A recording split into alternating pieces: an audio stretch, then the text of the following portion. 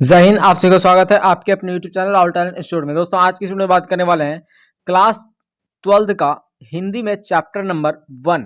हिंदी में chapter number 1 बातचीत, यानी इसके रचयिता कौन है? बालकृष्ण भट्ट। इसका जो हम लोग क्या देखेंगे इस वीडियो में, ऑब्जेक्टिव एंड सब्जेक्टिव क्वेश्चन को करने वाले हैं। अगर इससे पहले का आपने वीडियो नहीं देखा, यानी कि बातचीत चैप्टर जो हमने पढ़ा रखा है उसको अगर आपने नहीं देखा है एक्सप्लेनेशन को, तो आप सबसे पहले उसे जाकर के देखें। आपको जो है प्लेलिस्ट का लिंक जो है आपको डिस्क्रिप्शन में दे दिया गया है। ठीक है, चलिए देखते हैं। हम लोग जो है सबसे पहला क्वेश्चन, यानी ऑब्जेक्टिव एंड जितना भी इस चैप्टर से ऑब्जेक्टिव क्वेश्चन बनेगा ना, उन सभी को क्वेश्चन को जो है हम लोग इस वीडियो में करने वाले हैं। ठीक है, और सब्जेक्टिव क्वेश्चन भी जितना इंपॉर्टेंट सब्जेक्टिव है। पहला क्वेश्चन जो है वो क्या है? तो पहला क्वेश्चन है शीर्षक बातचीत किस प्रकार की रचना है। जो शीर्षक बातचीत है, बातचीत शीर्षक जो है वो किस प्रकार की रचना है? ऑप्शन है कहानी था, नाटक, उपन्यास या निबंध। तो शीर्षक जो बातचीत जो है वो कैसी रचना है भाई? तो ये जो है एक निबंध रचना है। कैसी रचना है? निबंध रचना है। ठीक है, ये क्या है? बातचीत जो है पाठ की विधा क्या है? निबंध है। ठीक है, अगला देखिए क्या है? बातचीत। अगला क्या है? बातचीत शीर्षक निबंध के निबंधकार कौन है? बातचीत शीर्षक निबंध के निबंधकार कौन है? बालकृष्ण भट्ट। निबंधकार यानी रचनाकार कौन है बातचीत शीर्षक का? तो वो है बालकृष्ण भट्ट। उसके बाद है बालकृष्ण भट्ट किस युग के रचनाकार हैं? बालकृष्ण भट्ट जी जो थे वो किस युग के रचनाकार थे? तो भारतेंदु युग के रचनाकार माने जाते हैं। ठीक है, अगला है बालकृष्ण भट्ट का जन्म कब हुआ था? 23 जून 1844 ईस्वी को। बालकृष्ण भट्ट का जन्म कब हुआ था? 23 जून 1844 ईस्वी को। कब हुआ था? 23 जून 1844 ईस्वी को। अगला क्वेश्चन हम लोग के सामने क्या है? अगला क्वेश्चन है आर्ट ऑफ कन्वर्सेशन। क्वेश्चन क्या है? आर्ट ऑफ कन्वर्सेशन कहाँ के लोगों में सर्वाधिक प्रचलित है? आर्ट ऑफ कन्वर्सेशन जो है वो कहाँ के लोगों में सर्वाधिक प्रचलित है? तो उसमें ये जो है यूरोप के लोगों में अत्यधिक प्रचलित था। ठीक है, अगला है बालकृष्ण भट्ट ने किस पत्रिका का संपादन किया था? बालकृष्ण भट्ट जी ने जो है किस पत्रिका का संपादन किया था? तो हिंदी प्रदीप। किस पत्रिका का? हिंदी प्रदीप पत्रिका का संपादन बालकृष्ण भट्ट जी ने किया था। ठीक है, अगला क्वेश्चन 7वां नंबर क्वेश्चन देखिए क्या है? क्वेश्चन है कि बातचीत के माध्यम से बालकृष्ण भट्ट क्या बताना चाहता है? बातचीत के माध्यम से जो है बालकृष्ण भट्ट जी क्या बताना चाहता है? तो बातचीत करने की शैली, बातचीत की कलाओं को बताना चाहता है, शैली को वो बताना चाहता है कि बातचीत करने का तरीका क्या होना चाहिए। ठीक है, बालकृष्ण भट्ट का निवास स्थान कहाँ है भाई? बालकृष्ण भट्ट जो है निवासित कहाँ थे? वो इलाहाबाद, जो कि यूपी में पड़ता है ना, इसका नाम अभी क्या हो गया? प्रयागराज। ठीक है, अगला हम लोग के सामने क्वेश्चन क्या है? अगला है कि भट्ट ने एंट्रेंस परीक्षा यानी इंट्रेंस परीक्षा कब उत्तीर्ण की? एंट्रेंस परीक्षा जो है 1867 ईस्वी में उत्तीर्ण किया था। कब किया था? 1867 ईस्वी में एंट्रेंस की परीक्षा को उसने जो है पास किया था, उत्तीर्ण किया था। ठीक है, अगला है भट्ट द्वारा रचित उपन्यास क्या है? तो हमारी घड़ी रहस्य कथा। ये इनके उपन्यास का नाम है। क्या है? इनके उपन्यास का नाम है ये। ठीक है, अगला देखिए, अगला क्वेश्चन हम लोग के सामने क्या है? अगला क्वेश्चन है कि भट्ट जी के पिताजी कौन थे? क्वेश्चन 11 नंबर देखिए क्या है? भट्ट जी के पिताजी का नाम क्या था? बेनी प्रसाद भट्ट। और माता जी का नाम क्या था भट्ट जी के? तो वो था पार्वती देवी। ठीक है, पिता का नाम बेनी प्रसाद भट्ट और माता जी का नाम पार्वती देवी। ठीक है, भट्ट जी ने हिंदी प्रदीप का संचालन कितने वर्ष में किया था? मतलब हिंदी प्रदीप जो संचालन किया था, हिंदी प्रदीप नामक पत्रिका जो इसने निकाला था, उस समय उसकी आयु कितनी थी? 33 वर्ष थी। ठीक है, हिंदी प्रदीप पत्रिका जब इसने निकाला था उस समय जो इनकी आयु थी वो 33 वर्ष थी टोटल। ठीक है, अगला क्वेश्चन है कि भट्ट जी की मृत्यु कब हुई थी? भट्ट जी की जो है मृत्यु कब हुई थी? तो भट्ट जी की मृत्यु 20 जुलाई 1914 ईस्वी को हुई थी। 20 जुलाई 1914। अगला है बातचीत के जरिए भाप बनकर क्या बाहर निकल जाता है? भाप बनकर, बातचीत के जरिए यानी जब हम लोग बातचीत करते हैं तो उसके जरिए भाप बनकर के क्या बाहर निकलता है? क्लेश। जो आंतरिक क्लेश बैठा हुआ है वो बातचीत के जरिए निकल जाता है। द्वेष, जो आंतरिक में जो द्वेष बैठा है किसी के प्रति वो भी निकल जाता है। ईर्ष्या भी है, जलन भी किसी के प्रति अगर है वो भी बातचीत के जरिए आप निकाल सकते हैं। ठीक है, क्या चीज निकल जाता है? क्लेश, द्वेष और ईर्ष्या। अगला क्वेश्चन हम लोग के सामने क्या है? अगला क्वेश्चन है कि भट्ट ने किस शब्दकोश का संपादन किया था? भट्ट जी ने जो है किस शब्दकोश का? किस शब्दकोश? हिंदी शब्दकोश। किस शब्दकोश का? हिंदी शब्दकोश का। अगला क्वेश्चन है मनुष्यों में क्या नहीं होती है? मनुष्यों में क्या नहीं होती है? हम नहीं जानते गूंगी सृष्टि का क्या हाल होता। मनुष्यों में क्या नहीं होती? तो हम नहीं जानते गूंगी सृष्टि का क्या हाल होता। क्या नहीं होती? तो वाक शक्ति। अगर मनुष्यों में वाक शक्ति नहीं होती ना, बोल रहा है क्या नहीं होती? अगर मनुष्यों में वाक शक्ति नहीं होती तो हम नहीं जानते कि इस गूंगी सृष्टि का क्या हाल होता। ठीक है, अगला है 18 नंबर क्वेश्चन देखिए। अगला क्वेश्चन हम लोग के सामने है कि असल बातचीत सिर्फ दो व्यक्तियों के बीच हो सकती है, ये किसका मत है? असल बातचीत जो है ना वो सिर्फ दो व्यक्तियों के बीच ही हो सकती है, यह मत किसने दिया था? तो एडिसन का ये मत है। क्या मत है? एडिसन का ये मत था। उसके बाद देखिए अगला क्वेश्चन है, सच है जब तक मनुष्य बोलता नहीं उसका गुण और दोष प्रकट नहीं होता। ये किसने कहा था? Sir Ben Jonson. किसने कहा था? Sir Ben Jonson. वही चीज है कि जब सच है जब तक मनुष्य बोलता नहीं तब तक उसका गुण और दोष प्रकट नहीं होता। क्या प्रकट नहीं होता? गुण और दोष प्रकट नहीं होता। यहाँ पे यानी इसको जो है यहाँ पे स्थित करना है, ठीक है।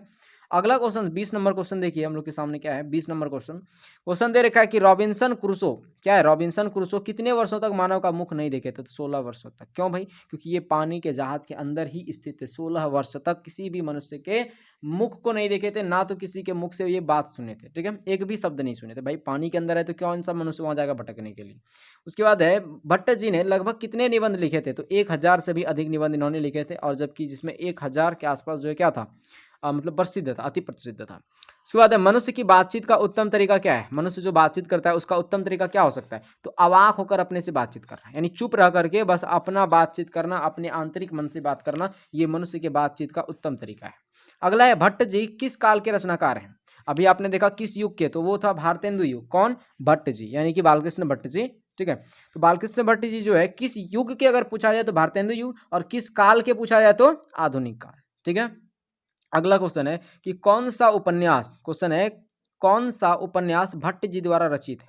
मैलांचल, गोदान, अंतरांचल, अंतराचल या 100 अजान 1 सुजान। तो इसका आंसर हो जाएगा 100 अजान 1 सुजान। 100 अजान जो है, 100 अजान 1 सुजान उपन्यास जो है वो किसने रचा है? भट्ट जी की रचना है, ठीक है। अगला क्वेश्चन है कि नाटक के प्रारंभ में होने वाले मंगल पाठ को क्या कहा जाता है? नाटक के प्रारंभ में जो मंगल पाठ होता है उसको हम लोग नांदी पाठ कहते हैं, ठीक है। अगला क्वेश्चन 26 नंबर क्वेश्चन देखिए क्या है। 26 नंबर क्वेश्चन दे रखा है कि संयोगिता स्वयंवर किसकी रचना है? संयोगिता स्वयंवर जो दे रखा है ये किसकी रचना है? संयोगिता स्वयंवर तो श्रीनिवास दास की।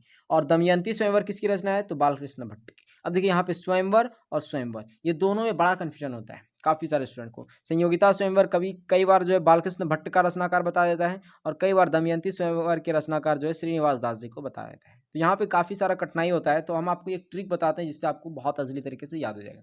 कैसे? अब देखिए संयोगिता, यहाँ पे 100 आ रहा है कि नहीं? 100 आ रहा है यहाँ पे संयोगिता, तो संयोगिता यहाँ पे आ रहा है, और यहाँ पे देखिए श्री 100 यहाँ पे भी आ रहा है कि नहीं?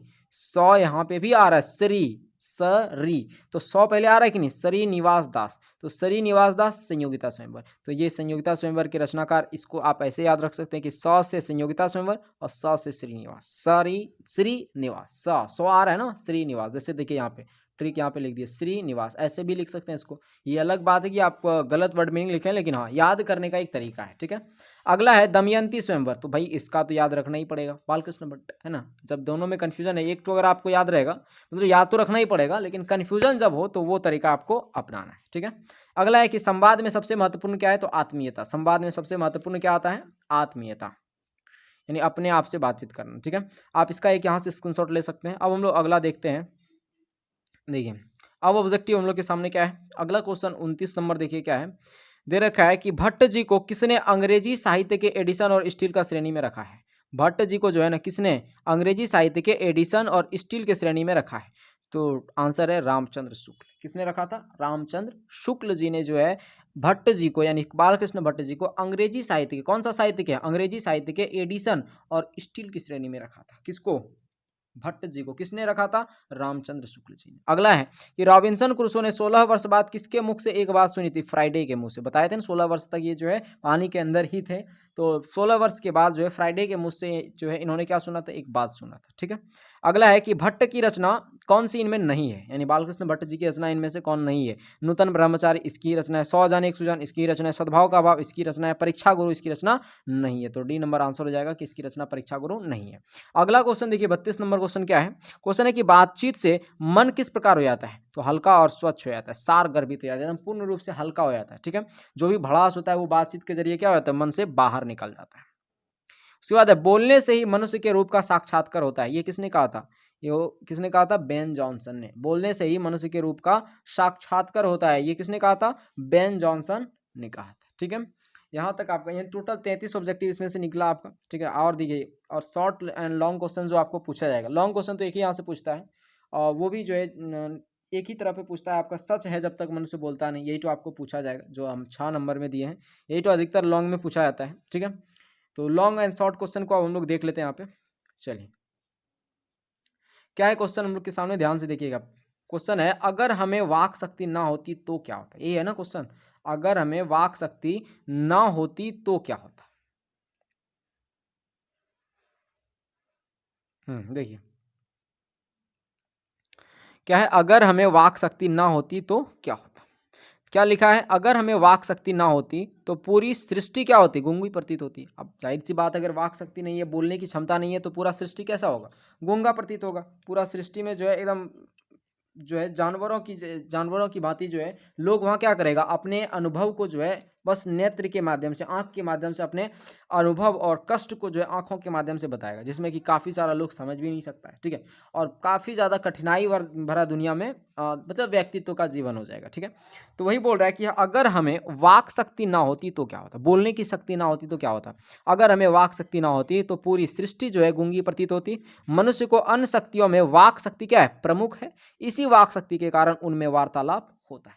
क्या होता है, इसी वाक शक्ति के कारण उनमें वार्तालाप होता है, जिससे उनका मन स्वच्छ और हल्का हो जाता है। सही बात है भाई, इसी वाक शक्ति के कारण जो है उनमें क्या होता है, वार्तालाप होता है, यानी आपस में आलाप विलाप होता है, लोगों में बातचीत होता है, ठीक है। जिससे कि क्या होता है, उनका मन जो है स्वच्छ और हल्का हो जाता है। अर्थात ये वाक शक्ति ना होती तो ये सभी मनुष्य जो है पशुओं की भांति, पशुओं की तरह होते, जो सुख दुख सिर्फ आंखों से अनुभव करते। सेम तो वही चीज़ हम बताए अभी आपको, ठीक है।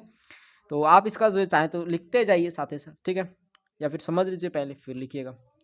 अगला क्वेश्चन देखिए क्या है,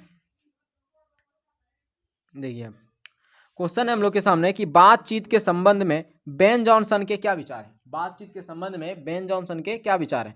तो बेन जॉनसन ने जो है बातचीत के संबंध में कहा है, क्या कहा है कि बोलने से ही मनुष्य के रूप का साक्षात्कार होता है। बोलने से ही, सही बात है, आप जब तक कोई व्यक्ति बोल ही नहीं रहा है उधर से, तो आप कैसे पहचानेंगे कि उस व्यक्ति का जो है व्यक्तित्व कैसा है, वो व्यक्ति जो है उसका मतलब कैसा उनका व्यक्तित्व है, उसमें कैसी भावनाएं हैं, वो कैसा व्यक्ति है, कटु है या फिर नरम दिल का है, कैसा है, कैसे पता कर सकते हैं। वही बोल रहा है कि बातचीत के संबंध में बेन जॉनसन क्या कहते हैं। तो बेन जॉनसन कहते हैं कि बातचीत के संबंध में क्या कहते हैं कि बोलने से ही मनुष्य के रूप का, यानी वो कैसा रूप है उसका, उसका साक्षात्कार होता है। अर्थात बातचीत से ही उसके आंतरिक व बाह्य गुण दोष प्रकट होते हैं। ठीक है, ये कंप्लीट हो गया। अगला क्वेश्चन हम लोग के सामने क्या है, अगला क्वेश्चन ध्यान से देखिएगा, बहुत ही मस्त क्वेश्चन है ये भी। क्वेश्चन क्या है, क्वेश्चन दे रखा है कि बातचीत के संबंध में एडिसन का क्या विचार। अभी देखिए बेन जॉनसन का विचार क्या था। बेन जॉनसन का विचार क्या था कि बोलने से ही मनुष्य के रूप का साक्षात्कार होता है। अब बोल रहा है कि एडिसन का मत क्या है, एडिसन का विचार क्या था। तो एडिसन के अनुसार असल बातचीत जो है कितना व्यक्तियों में हो सकता है, सिर्फ 2 व्यक्तियों में हो सकता है। ये एडिसन का मत है। इनका कहना है कि सिर्फ दो व्यक्तियों में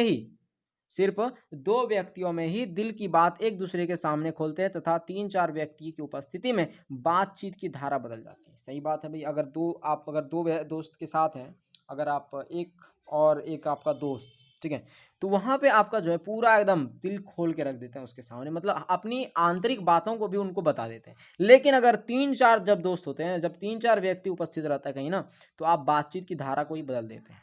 जैसे तीसरा आदमी एंटर करता है, आप कहते हैं भाई रुक जाओ तो कोई आ रहा है, ऐसा करते हैं कि नहीं। तो 3-4 व्यक्तियों की उपस्थिति में बातचीत की धारा ही बदल जाता है। मतलब जो हम बातचीत और कुछ और ही कर रहे हैं, मतलब एक अलग टाइप का हो जाता है, हंसी मजाक वाला बातचीत हो जाता है ना। वही बोल रहा है कि 3-4 व्यक्तियों की उपस्थिति में जो बातचीत है उसकी धारा ही बदल जाती है। अर्थात बातचीत सारगर्भित ना होकर के मात्र रस्म अदायगी भर रह जाती है। जो बातचीत जो कर रहा है, वो बात करने की जो उसका मतलब जो जिस वजह से वो बात कर रहा है, जिस वजह से लोगों से वो जो है कनेक्ट हो रहा है, वो जो है सारगर्भित नहीं हो पाता है, पूर्ण रूप से सारगर्भित नहीं हो पाता है। मतलब उस बात का मतलब अच्छा से नहीं बता पाता अगर 3-4 व्यक्ति है तो। अर्थात बातचीत जो है वो रस्म अदायगी भर रह जाता है बातचीत बस उसका। तो वही इसलिए यहाँ पे एडिसन ने कहा कि बातचीत जो होता है ना, असल बातचीत जो होता है ना, वो सिर्फ 2 व्यक्तियों के बीच ही हो सकता है। ठीक है, अब चौथा नंबर क्वेश्चन देखिए क्या है, बहुत मस्त क्वेश्चन ये भी है। क्या है कि मनुष्य के बातचीत का उत्तम तरीका क्या हो सकता है। मनुष्य जो बातचीत करता है उसका उत्तम तरीका क्या हो सकता है। तो बालकृष्ण भट्ट कहते हैं, बालकृष्ण भट्ट के अनुसार मनुष्य के बातचीत का उत्तम तरीका क्या है, अवाक होकर अपने से बातचीत करना। अवाक होकर यानी खुद चुप होकर के अपने से खुद से बात करना, खुद से, है ना। आता है ना कि दुनिया में उसने सबसे बड़ी बात कर ली जिसने खुद से मुलाकात कर ली। सेम वही चीज है कि अवाक होकर अपने से बातचीत करना ये दुनिया का सबसे बड़ा बातचीत करने का उत्तम तरीका माना जाता है। तो वही बोल रहा है कि मनुष्य की बातचीत का उत्तम तरीका क्या हो सकता है। बालकृष्ण भट्ट स्वयं कहते हैं कि बातचीत का उत्तम तरीका जो है ना, वो अवाक होकर अपने से बातचीत करना है, अर्थात स्वयं से बातचीत करना है। ठीक है। अगला 5वां नंबर क्वेश्चन देखिए क्या है, बहुत ही मस्त ये भी क्वेश्चन है, कई बार आपके एग्जाम में बन चुका है ये क्वेश्चन, ठीक है। इसको आप बिल्कुल नजरअंदाज नहीं करिएगा। क्या है आर्ट ऑफ कन्वर्सेशन, क्या है आर्ट ऑफ कन्वर्सेशन क्या है? तो आर्ट ऑफ कन्वर्सेशन बातचीत करने की एक कला विधि है जो कि यूरोप वासियों में काफी प्रचलित है। यानी बातचीत करने की एक कला विधि है, कलाएं हैं।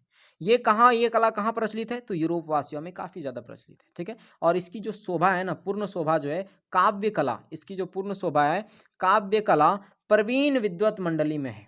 ऐसी चतुराई के साथ इसमें जो है, ऐसी चतुराई के साथ इसमें प्रसंग छेड़े जाते हैं कि जिन्हें सुनकर, क्या सुनकर भाई? तो इस चतुराई को, यानी इसमें जो प्रसंग छेड़े जाते हैं, इसमें जो आवाज छेड़े जाते हैं, इसकी जो प्रवीण विद्वान मंडली में क्या है, ऐसी चतुराई के साथ इसमें प्रसंग छेड़े जाते हैं कि जिन्हें सुनकर के कानों को अत्यंत सुख मिलता है। अर्थात ये मनुष्य के बातचीत को आनंदमय बनाए रखता है। मतलब कानों को इसमें ऐसी चतुराई के साथ प्रसंग को छेड़ा जाता है कि जिसे सुनकर के जो है कान अत्यंत एकदम मग्न हो जाता है, मंत्र विभोर हो जाता है। और मनुष्य के बातचीत को एकदम आनंदमय बनाने में ये जो है क्या करता है, सहायता प्रदान करता है, आर्ट ऑफ कन्वर्सेशन, ठीक है। ये कहाँ प्रचलित है? तो यूरोप के लोगों में ये अत्यधिक प्रचलित है। अगला क्वेश्चन देखिए क्या है। अगला क्वेश्चन है कि सच है जब तक मनुष्य बोलता नहीं उसका गुण दोष प्रकट नहीं होता, कि 100% व्याख्या करें। ये आपका लॉन्ग टाइप में कई बार पूछा गया है, ठीक है। लॉन्ग क्वेश्चन में कई बार आपका ये पूछा गया है, याद रखना आपको, ठीक है। ये लॉन्ग टाइप में पूछा गया है क्वेश्चन आपका। चलिए देखते हैं हम लोग। सच है जब तक मनुष्य बोलता नहीं उसका गुण दोष प्रकट नहीं होता, कि 100% व्याख्या करें। तो 100% जब व्याख्या करने के लिए कोई भी क्वेश्चन पूछे ना, तो आपको वो बताना होगा कि ये पंक्ति लिया कहाँ से गया है। तो देखिए क्या लिखे हैं, प्रस्तुत पंक्ति बालकृष्ण भट्ट द्वारा लिखित निबंध बातचीत से ली गई है ना। निबंध जो है क्या है, निबंध है तो निबंध बोलेंगे, कहानी रहे तो कहानी बोलेंगे। तो निबंध बातचीत से ली गई है जिसमें लेखक मनुष्य में मौजूद अनमोल गुण वाक शक्ति के बारे में बताते हुए कहते हैं, क्या कहते हैं बताते हुए? कहते हैं कि मनुष्य को, क्या कहते हैं देखिए ध्यान से, कहते हैं कि मनुष्य को बोलने से ही उनके गुण दोष का पता चलता है। क्या कहते हैं कि मनुष्य को बोलने से ही उनके गुण और दोष का पता चलता है। अगर लॉन्ग टाइप है तो इसको और थोड़ा सा लॉन्ग करके आप लिखना चाहें तो लिख सकते हैं कि मनुष्य जो है बोलने से ही उनके गुणों का साक्षात्कार होता है। अर्थात मनुष्य की भावनाएं कैसी है, कटु है मनुष्य या फिर नरम दिल का है, तो वो चीज़ जो है कहाँ से पता चलता है? हमें बोलने से ही पता चलता है, ठीक है। तो इस चीज़ का आप मतलब ये चैप्टर जो है आपका इजली तरीके से खत्म हो गया, ठीक है। तो यहाँ से भी आप इसका एक स्क्रीनशॉट ले सकते हैं, हमने इसको रोटेट कर दिया, ठीक है। तो मिलते हैं हम लोग अगले वीडियो में, तब तक के लिए जय हिंद, जय भारत।